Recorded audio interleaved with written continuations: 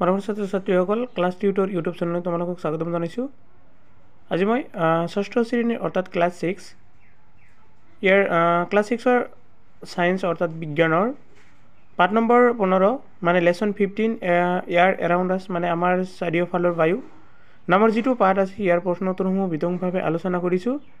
ভিডিঅ'টো তোমালোকৰ ওচৰত ভাল লাগিল এটা লাইক কৰিবা, লগতে চেনেলটো সাবস্ক্ৰাইব কৰিবলৈ পাহৰি নাযাবা। চেনেলটো এই কাৰণে সাবস্ক্ৰাইব কৰি ৰাখিবা যাতে তোমালোকৰ অন্যান্য বিষয়ৰ প্ৰশ্ন উত্তৰসমূহ সহজতে নটিফিকেশনৰ জৰিয়তে মোৰ এই চেনেলৰ জৰিয়তে পাব পাৰা।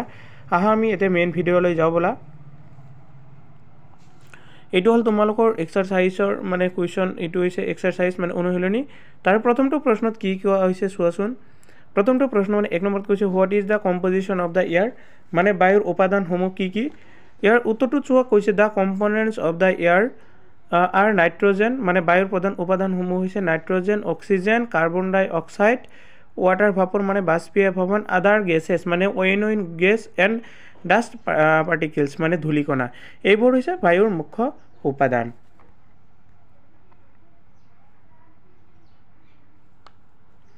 তাৰপিছত 2 নম্বৰ প্ৰশ্ন কৈছে which gas in atmosphere is essential for respiration কৈছে বায়ুমণ্ডলৰ কোনটো গেছ শ্বসনৰ বাবে আৱশ্যক, এইটো হৈছে অক্সিজেন গেছ। এইবাৰ 3 নম্বৰ প্ৰশ্ন কৈছে how will you prove that air is dissolved in water তুমি কেনেকৈ প্ৰমাণ কৰিবা যে বায়ুৱে জুই জ্বলোৱাত সহায় কৰে।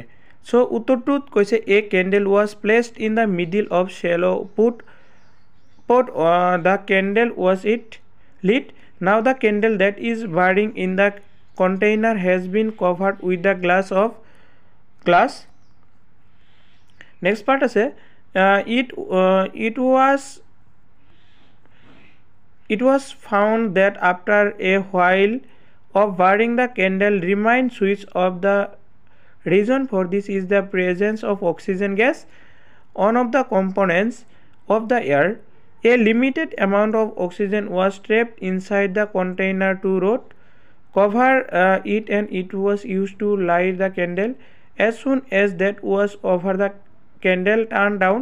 This proved that air is needed to ignite a fire. 4 number কুৱেশ্যনত কৈছে how will you show that air is dissolved in water মানে প্ৰশ্নত কৈছে যে পানী যে বায়ু দ্ৰৱীভূত হৈ আছে তাক তুমি কেনেকৈ দেখুৱাবা। উত্তৰটোত কৈছে মানে এনসাৰত কৈছে some water is taken in a glass container or disorder. Now that water has been heated in fire or gas, as the water boils numerous small bubbles will appear on the surface of the pot.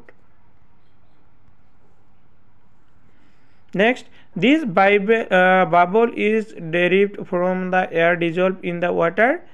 It converts into steam when the water is continuously heated. This proves that air is dissolved in the water as well.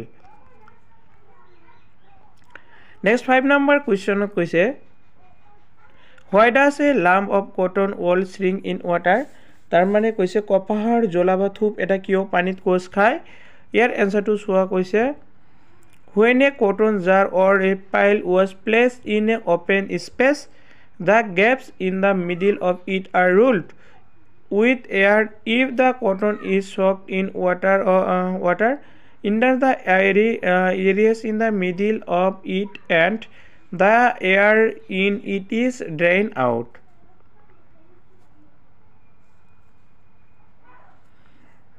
এবার next question 6 the layer of around the earth known as dash কি কৈছে মানে ভূপৃষ্ঠক আগুৰি থকা বায়ুৰ আৱৰণটোক days বলে, এইটো হৈছে এটমস্ফিয়াৰ যাক অসমীয়াত বায়ুমণ্ডল বুলি কোৱা হয়। 7 নম্বৰ কুৱেশ্যনত কি কৈছে the component of air used by green plants to make their food is dash মানে কৈছে সেউজীয়া উদ্ভিদে সিহঁতৰ খাদ্য প্ৰস্তুত কৰিবৰ বাবে ব্যৱহাৰ কৰা বায়ুৰ উপাদানটো হৈছে ডেছ মানে ব্যৱহাৰ কৰা বায়ুৰ উপাদানটো কি। ইয়াৰ এনসাৰটো হৈছে কাৰ্বন ডাই অক্সাইড মানে সেউজীয়া উদ্ভিদে সিহঁতৰ খাদ্য প্ৰস্তুত কৰিবৰ বাবে কাৰ্বন ডাই অক্সাইড গেছটো ব্যৱহাৰ কৰে। Next 8 number question list 5 activities that are possible due to the presence of air মানে কৈছে বায়ুৰ উপস্থিতিৰ বাবে কৰিব পৰা সম্ভাৱ্য 5টা ক্ৰিয়াকলাপৰ তালিকা কৰা ইয়াৰ ভিতৰত 1 নম্বৰটোত কৈছে যে পালতৰা boat moves in the presence of air ইয়াৰ অৰ্থ হৈছে মানে নাৱত পালতৰা নাওত মানে অসমীয়া দদাম বুলি কোৱা হয় যিবোৰ নাও মানে কিছুমান কাপোৰেৰে বস্তু বনায় সেইটো কাপোৰেৰে মানে তৰি দিয়াৰ লগে লগে কি হয় বতাহত নাওটো আগুৱাই যায় তাৰপিছত 2 নম্বৰত গৈছে feeder flight material it takes air to use purchase feeder মানে চৰাই যেনেকুৱা পাখিৰ সহায়ত মানে পাখিৰে যে আকাশত উৰে এইটো মানে বতাহৰ কাৰণেহে সম্ভৱ হয়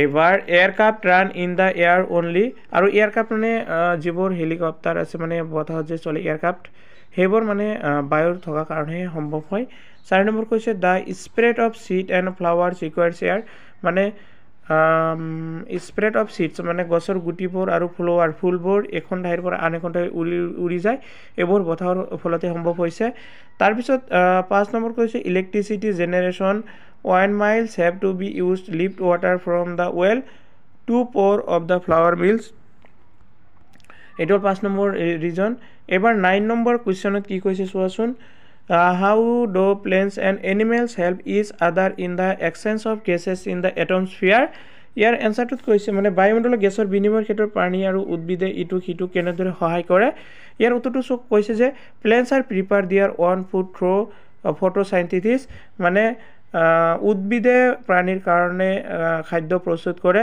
oxygen gas is product while preparing this food আৰু অক্সিজেন গেছও খাদ্য প্ৰস্তুত কৰাত সহায় কৰে plants absorb oxygen gas while inhaling but produce more than a consume সম্ভৱতঃ আজিৰ ভিডিঅ' এইখিনিলৈকে ভিডিঅ'টো কেনে হৈছে তোমালোকে কমেন্ট কৰি মোক সৰি আৰু অলপ আছে মান অকমান চাব This oxygen gas used by organism for respiration in the same way plants take part of the carbon dioxide gas released by organism through inhalation to carry out the photosynthesis. This show the interdependences of animals and plants. এইখিনি হল উত্তৰ answer so আজিৰ video' এইখিনিলৈকে আকৌ এবাৰ কৈছো ভিডিঅ'টো ভাল লাগিলে like কৰিবা বন্ধু বান্ধৱীসকললৈ শ্বেয়াৰ কৰিবা অৱশ্যে চেনেলটো সাবস্ক্ৰাইব কৰি ৰাখিবা কাৰণ তোমালোকে চেনেলটো সাবস্ক্ৰাইব কৰি ৰাখিলেহে মই ইয়াতকৈ ভাল ভাল ভিডিঅ' বনাবলৈ যত্ন কৰিম আৰু চেষ্টা কৰিম ভিডিঅ'টো সম্পূৰ্ণকৈ চোৱাৰ বাবে তোমালোকক আকৌ এবাৰ ধন্যবাদ জনাইছো ধন্যবাদ সকলোকে